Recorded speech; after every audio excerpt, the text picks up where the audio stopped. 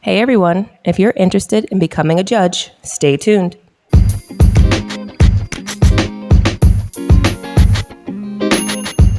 Hi, I'm Kiki. And I'm Kemi. And you're listening to Your Advisors Will See You Now, a podcast that will help you to figure out all of your options for life after high school.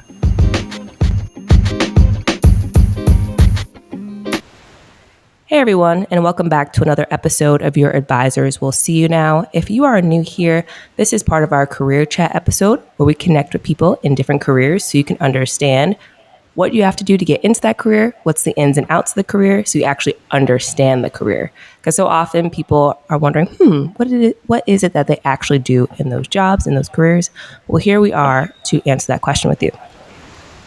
Today we have on my Aunt Vanessa, and she is a judge. So here is a little bit of her bio, and then we will go right into our interview session. Vanessa Crum is a distinguished member of the Rhode Island Bar, earned her Juris Doctorate from the Columbus School of Law in Washington, D.C., after completing her Bachelor of Arts in Social and Behavioral Science at Johns Hopkins University. With extensive experience in various legal roles, Vanessa has worked for Rhode Island Department of Transportation, where she merged contract specifications and business community resources. Her career also includes serving as legal counsel, focusing on compliance, legislative drafting, and minority business development. Vanessa is actively involved in professional organizations, including the Rhode Island Black Lawyers Association and the National Coalition of 100 Black Women. Thank you, Aunt Vanessa, for joining us today. Good morning. I feel so awkward saying you're just your name, and she's my Aunt Vanessa, everybody. So first, to start off, what career are you in, and what is your current title? Currently, I am an associate justice at the Providence Municipal Court. Okay. And can you tell us a little bit about what you do or what that means to someone? For example, we have some high schoolers that are listening, so they might be like, okay, that sounds fancy, but what is that exactly? Okay, so we have 3 judges. We have a chief judge and then 2 associates. So the chief obviously is the senior judge, and then the 2 associate judges. So they're just like assistants. That's all that really means. And because I'm in municipal court, our jurisdiction is Providence, Rhode Island, and it's traffic. So we handle both what we call moving violations, which are written by a police officer, and the cameras, tickets written by people going through either the red lights or by schools or wherever they're not supposed to, and the camera takes their picture. So pretty much that's what my court deals with. We do deal also with environmental, which would be considered loud noise, and trash, like dumping or not really even taking care of your own trash properly. Okay. So we also get those tickets because they're given tickets for those violations in Providence. So you mentioned municipal court. What other courts are there? Okay, we would have the state court is where you would go for tickets written by the state police. Okay. And that's in Cranston. And because every town or city has their own municipal court for their own tickets. Mm-hmm. So yeah, the district court would be, well, actually it's called the Traffic Tribunal. That's the correct name. And then I'm trying to think, that's really it, because if you were to appeal a decision from the Traffic Tribunal, I think you'd have to just go the regular process. It would go through like Superior Court and then from there to the Supreme Court. Okay. There aren't a lot. Okay. And that also leads us into the next question that I have. Can you tell us a little bit about your journey of how you became a judge? Oh, it's a long one. No worries. We're here for it. Well, as you read my bio, and I started out in a private practice with 2 Black women attorneys. They were sisters. And I clerked for them while I studied for the bar. And then after I passed the bar, I did work there as, I don't even know what title I had then. don't know. I guess I had passed the bar, so I was practicing, but I didn't have insurance. I really didn't have any benefits. So that was why I left that private practice. They were small and couldn't give benefits. It was an interesting time there, though, because it was a small civil practice. And so we really did everything except for criminal work. So it was a good taste of a little bit of everything, whether it was family law.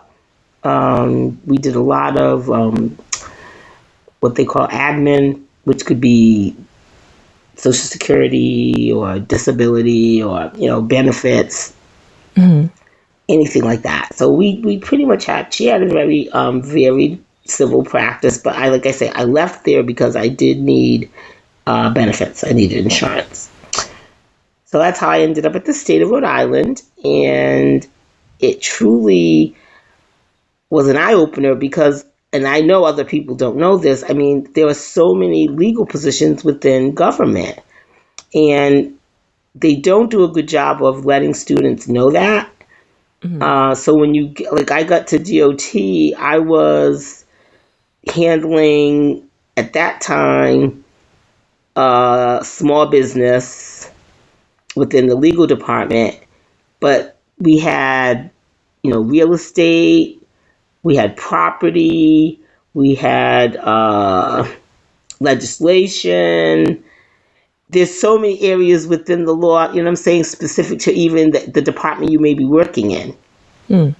So that's why I say it's really, there was so many different areas that people just aren't aware of because they don't have the knowledge and people don't share it enough. And that's why I encourage state departments to really go into schools and explain to students what all the different opportunities are, because unless you're within that department, you're really not going to know. You're really not going to know. But so I did do my whole career pretty much at DOT. I did leave and come back. I went to the city of Providence for 5 years when they started their minority business program, and they asked me to come to help them set it up, and I did. But they didn't give me enough help, so I ended up going back to DOT. And like I said, I had varied duties there. Legislation. I think I enjoyed the minority business the most because it really, you could impact people's lives. I mean, I could see what I could do. We had women-owned businesses, minority-owned businesses. They couldn't ever get a break. I mean, that's pretty much how that goes when you're talking large volume contracts like transportation has. The contractors typically want to work with people they know. But as I explained to them, that's not what this is about. They're federal dollars. Everyone pays taxes. Everyone should be able to participate on contracts. And, you've got to work with everybody. And if you're not willing to do that, then you really shouldn't be bidding on federal contracts. So they knew I was clear with that. So I enjoyed that area because, like I say, I could see where I could make a difference. And I'm trying to think what other areas. I had legislation, which was good because you learn a lot about the process with how, the law and how rules are written and how they pass or don't pass. I'm trying to think what other area I had while I was there, because I was there almost 30 years, so it was a lot. Wow. But I ended up leaving. When I retired, I was the contracts administrator, and I made that change because, and this is a tip to people that are listening, sometimes I was in the legal area, but it's very small. So you have one chief and then everybody else is legal counsel. So there's not a lot of upward mobility within that area. So I left legal and went into administration to be able to move up. So when I retired, I was the contracts administrator. And again, people don't know that there are just so many things you can do with the law degree that may not necessarily be that obvious. So I did retire. I was retired 5 years, and I was approached by my Providence City Council member about the judgeship, because during my career I had applied for the judgeship and I was denied because they said I couldn't work for the state and work for the city. So, but I don't know if that's really the truth, but that's what I was told. So it never happened. But anyway, once I was retired, she did approach me, and I said, yeah, I was interested, and I was, and it turned out well for me. Judge Caprio, who was the chief judge for, I want to say, 30 years, and he has a TV show. Many people know him, Court in Providence, and it's Yep. CAUGHT, Court in Providence. He retired, and that's how my position opened up. And so I have to say I'm thoroughly enjoying it. I was nervous at first because I said, oh no, I can't do this. I don't know enough about it. I've never done this. I can't do this. All the things you say about yourself to doubt yourself to make, So I said, no, I don't think so. But I said, well, maybe I'll give it a try. And I'm glad that I did because it really has been an eye opener. People come into the courtroom and they are shocked to see me, a black woman, and it's 2024. So it's kind of sad in that regard. But they're welcoming, I'll say that much. And I know I am, what's the word? As they say, representation matters. I know it matters because I see little kids coming to the courtroom, and I talked to a little boy, and he said, oh, I didn't know judges were women. And I said, yeah, and you would think in 2024 that little kids wouldn't even think like that, but they do. So I understand it matters, and I always tell young people when I have the opportunity to talk to them that sometimes you might have to be the first one or the only one. And I'm talking about whether it's a woman or a black woman, you might have to be the only one, and you just have to suck it up and do it. You really do, because it does matter. I mean, because if you're not there, if your voice isn't there, then what do they have? What contribution do they have? None. And I know, like high school, college, a lot of times I was the only woman, and I mean woman, not black woman, woman. And it's, you just have to suck it up, as I say, and realize that it's important that you're there. Even though it can be lonely, and like you look around and say, oh gosh, I don't really want to be here, but you do it. So as far as the legal career, I would say there are so many things you can do besides being a courtroom. Now, if that's your dream to be in the courtroom, it's great. But if that's not, there are just, like I say, real estate, sports law, entertainment law, even being a government attorney, private practice, doing whatever it is you're interested in. There's just a lot that you can do with it that you really don't think about. Yeah. And thank you for just shining a light on that too, because I think you are so correct in that a lot of people maybe they'll watch TV and they see a judge on like CSI or some kind of criminal court TV, and they think that that's the only kind of area, like maybe criminal law, that they'll serve. Right. Versus there's so many other different options out there that you can consider. And then shameless plug to any listeners out here, we did do a recording a while back with someone who became a lawyer. So definitely listen to that episode, then listen to this episode too. If you're trying to figure out that pathway to become a lawyer, then listen to this episode for more gems. If you want to be a lawyer, then look for other options to become a juror. So listen to these episodes back to back. But thank you for just highlighting that, and that there's movement within there of like if you want to go into different departments, areas. And would you say, what do you think is there a certain criteria if you were going to level up to become a judge? No, not really. I think, in all honesty, it's being kind of open-minded, I would say, and just willing to, be fair and kind. That sounds kind of corny, but to me, that is like the bottom line, because I've noticed people come to court, and if they've never been there before, they're terrified. I've had grown men come to the mic before I even open my mouth, they're crying. So I know people have anxiety. I know people, different things. So I always approach it like I just want to be kind and do what's fair. Because you really don't know that person that steps up to the mic, like where what their situation really is.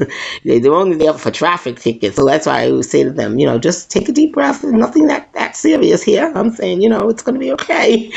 So, yeah. Yeah. And so I know that to become a lawyer, you have to like take the bar. Now, is there anything additional that you'd have to take if you wanted to become a judge? There is not. As long as you're licensed as an attorney, you can be a judge. Okay. Yep. I never knew that. Okay. And that's so people understand too. Lawyers have graduated from law school, but attorneys are licensed. So you can't say you're an attorney if you don't have a license. You can say you're a lawyer as long as you graduated law school, but you're not an attorney without a license. Mm-hmm. And that's the bar, correct? That's the licensure. Yes. Mm-hmm. Okay. Got you. Yeah, that's very good to point out. Thank you for pointing that out too. Because I definitely hear like people that like, I graduated, so I'm a lawyer. And then it's like that next long step of studying for the bar. So yeah, I think sometimes people also get like attorney and lawyer confused. So that's great. Right. Yes. Yeah. Out. Yeah. And being in this role of being a judge, what does kind of your day to day look like if someone were it varies because like I say, it's traffic and we are open every day, but Tuesdays and Fridays is only early court. So this the early morning, that's it. Monday, Wednesday, and Thursdays are 3 courts each day. So, but the thing is, we have scheduled trials on Tuesdays, so I kind of know what my schedule will look like because they're scheduled. But the other days are walk-ins, so you would never know if you're going to have 2 people or 20 people. Yeah, and it's okay because some mornings, especially like 8 o'clock courts, I'm done like before 8:30 because there just aren't that many people. Okay. That's so interesting. I never know.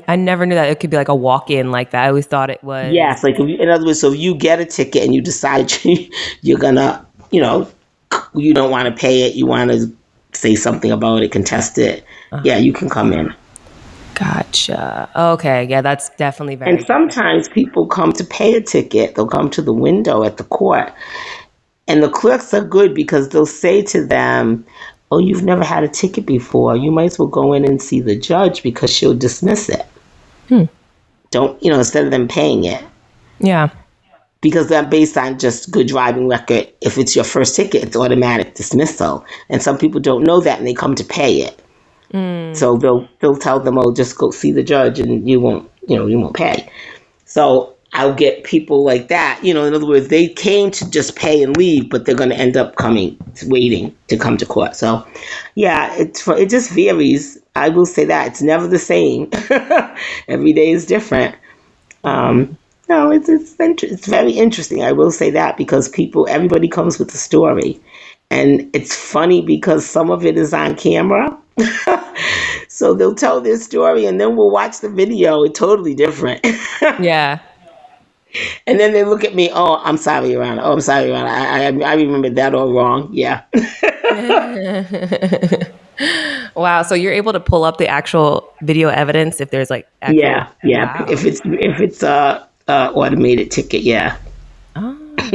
Oh, that's actually pretty funny. It's like, it's like maybe my memory was off that day. I Oh apologize. yeah, or they'll say right away, they'll put it on their wife or their husband. "Oh, I wasn't driving. She was driving." Just if they're speeding.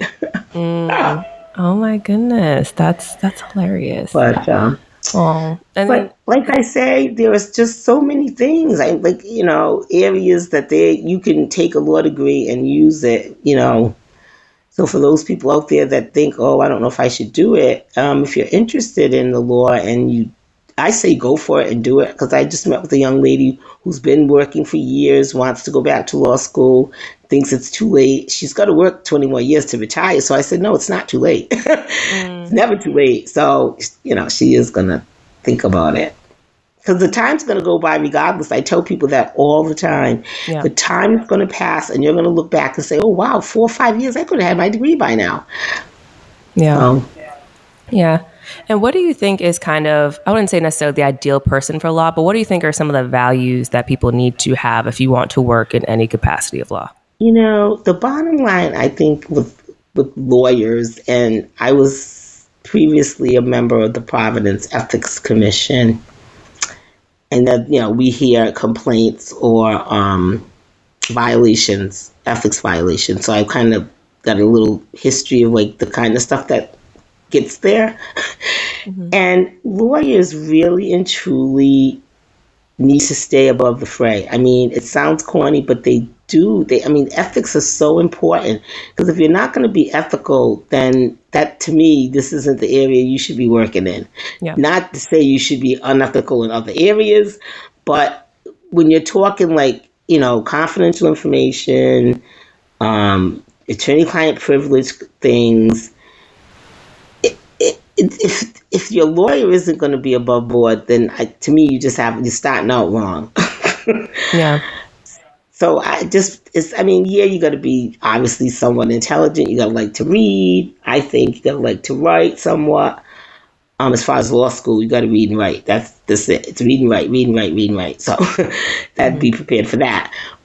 But as far as the actual practice, I just think the people really need to have some type of morals and scruples about themselves. And not all do. And those are typically the ones that get us a bad reputation. Truly, people, when they talk, lawyers, it's because of people who have been unethical, typically.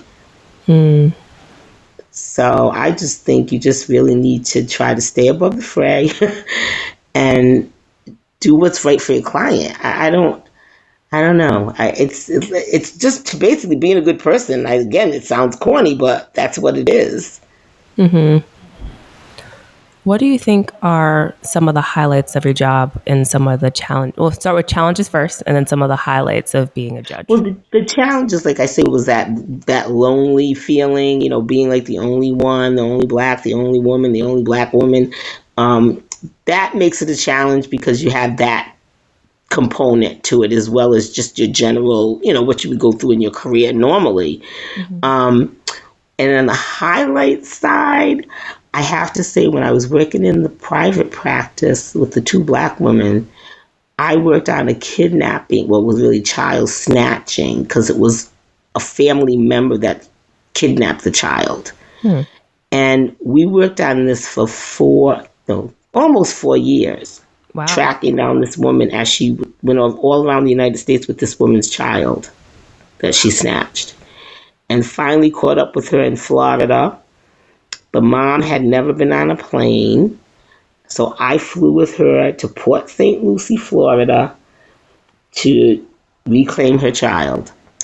I'll never forget that, because the little girl kept saying, "Mommy, Mommy, where were you?" I was crying. Like, "Where were you? I was looking for you."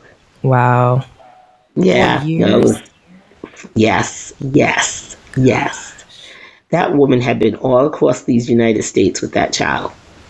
Yeah. So that was, that I felt that was really something that I'll never forget. I'll never forget that. I've had clients do well, with contracts and win big contracts. And, we had a equipment program where they could purchase 18 wheelers and things like that. And those are success stories and they're good. But that one with the child was very touching. Yeah, I can only imagine you've had a variety of different stories just working in law throughout the past year, whether if you were a lawyer or a judge, and just some of the craziest stories you've probably heard, or some of the most rewarding stories that you've had cross by you. It is. I'll say it's interesting because it's never the same. Right. Right. So. And you are dealing, like, there's careers that deal with the public, but you are literally dealing with the public.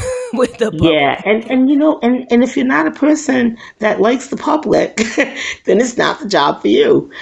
Because some people don't like the public, and if that's so, that's okay. But you definitely need to like people because you're going to be working with people. Yeah, no, that's for sure. And for my other question that I have, what are words of advice that you would have for someone looking to maybe pivot into becoming a judge? What are some pieces of advice that you would give them? It's that same thing about staying above the fray, because a lot of times, and I don't know, every place is different, but politics typically play somewhat of a role in it. As I said, my city council member approached me because she knew I had previously applied and had an interest. But you have to kind of, like I say, stay above the fray. That political stuff can really be a lot. So I would just say, even if they're looking to be a federal judge, it's even more political. So you just have to be aware of the politics of not, I mean, everyone make their own choice how deep they want to be in it. Yeah. I'm not a political person. I do vote. I'm not saying that, but I'm not. I try to like stay out of it more, more or less. Yeah, it's just I would just say to be aware of that component because it does play a big part in it. And Because it's like I say, especially getting to be a federal judge, it's really about exposure and then who you know. okay. Yeah, and I know I guess networking always comes down. Networking is just the thing for any kind of career, any area. And the other question that I had with that too was like, let's say I wanted to go to federal, so should I try to put myself in a place, different places that would align with that pathway, or do you feel as though like when you're in law and in different departments, like you can still find yourself up there, or is it like a set You path? could still find yourself there. I would say it might be helpful if you're already in the federal system. Like if you think you want to be a federal judge, then go work at justice or go work at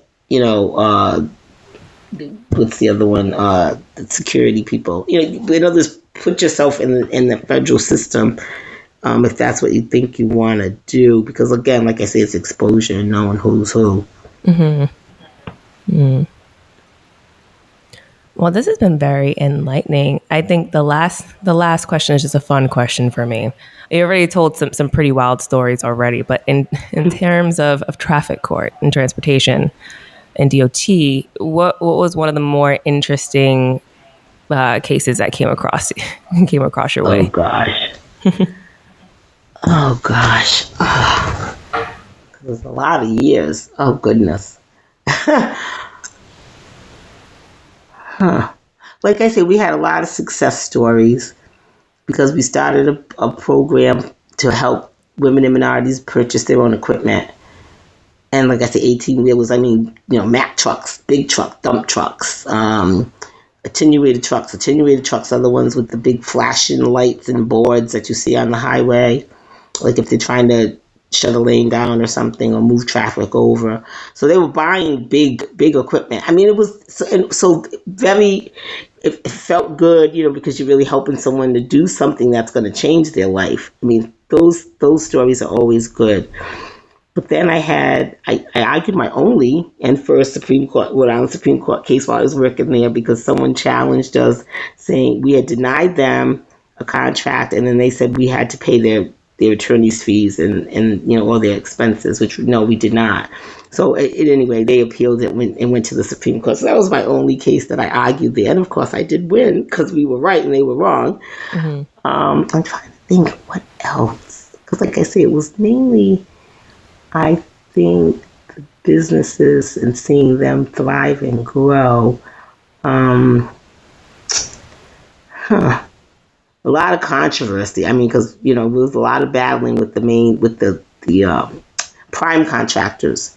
Again, like I say, because I had to give speeches about if you don't want to work with women or you don't want to work with minorities, then you shouldn't be bidding on our work. There was a lot of that because I mean, you got to. I mean, that whole discrimination and it's real. And you would think at this level, I used to always say, we're talking about 10%. The federal government talks about 10% when they're talking about minorities and women getting business. Nobody even talks about the 90% that white males are owning. And I'm talking big dollars. We're talking about 10%. So that's why I would say to them, in these different, like when we'd have, what do you call it? Like, exhibits, to come in and, these are our businesses that we want you to work with. And, they start talking crazy. I'd say to them, you're talking about 10%, 10%. Yeah. Nobody's even wanting to discuss the 90 that you all have. So I try to keep people focused on that. Like, Right. come on. Wow. Only 10%, and that's for women and together, clumped together. That's wow. That's clumped together. Wild. That's very wild, and that's very enlightening. Oh my goodness. And I'm talking, the dollars are crazy. When you look at U.S. Department of Transportation, you're not just talking highways, you're talking airports, you're talking everything. Big dollars. Wow. The last question that I have for you is kind of if you could clarify the process of when you were, because I think the process when you became a judge, you were sworn over. Was there, is it similar, is it also like a similar application process where you're completing an application, you submit do you have like a portfolio? Like, how does that work? Well, it's a resume. They would ask for your resume, and then you would actually meet. Well, how they do it here is I met with every city council member. They interview you in person. They want to meet you. Yeah. Which was fine. So really was your resume and then the interviews, and pretty much they make their decision because it's by votes. In other words, you need the votes. If you don't get the votes, you don't get the job. Yeah, and I wasn't really prepared. I didn't know how quickly it was going to go. I thought they were going to take the vote, and then we'd come another night to be sworn in, and they did it all in one night. They took the vote and then said, "Come up," and they swore us in right then. Yeah. So luckily I had brought my sister with me. Otherwise, I wouldn't have had anybody there. Wow, that's probably, compared to some of these other jobs where you hear back, you interview, that's like a month, and you don't hear back. It's like, oh wow, I got the job so quick. That's amazing. Yeah, they swore us in right then. So I was like, okay. Oh my goodness. Well, and I started work the next week. Wow. Oh my goodness. Okay. And let me say this. Providence had no kind of training or any type of anything, so I made up my own training program. Oh my goodness. It's, the more you hear from other industries, other different companies, you find out that some things are all the same in other places. That's right. Oh, wow. Oh my goodness. Well, thank you for just sharing your experience and everything. Thank you for your service and all that you've done for the community, for Providence, Rhode Island. It's just amazing all that you've done, and then coming back to be a judge and just sharing your path of how you're helping people and being ethical in a position of law. So just thank you for all your service and all that you've done. Well, I appreciate that. Thank you. Yeah. And for all our listeners out there, please make sure that if you're interested in hearing more about other different careers, like I mentioned before, we also have another interview with a lawyer as well who shared their journey. So definitely go back and listen to that episode. Check out the other episodes that we have as well with the career chats and any of our other episodes in terms of if you're interested in going to a four-year college or trade school, etc. Make sure to follow us on all of our social media outlets at Yasin Podcasts on Instagram and TikTok. Feel free to reach out to send us an email. But until the next time, we'll see you in the next episode. See you. Bye.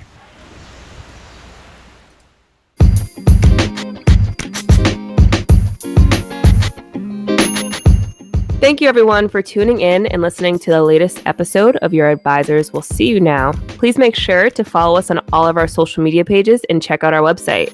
Take a look at the show notes below. And please make sure to subscribe and share this podcast. Also, show us some love and please leave a 5-star review. Catch you next time. See ya.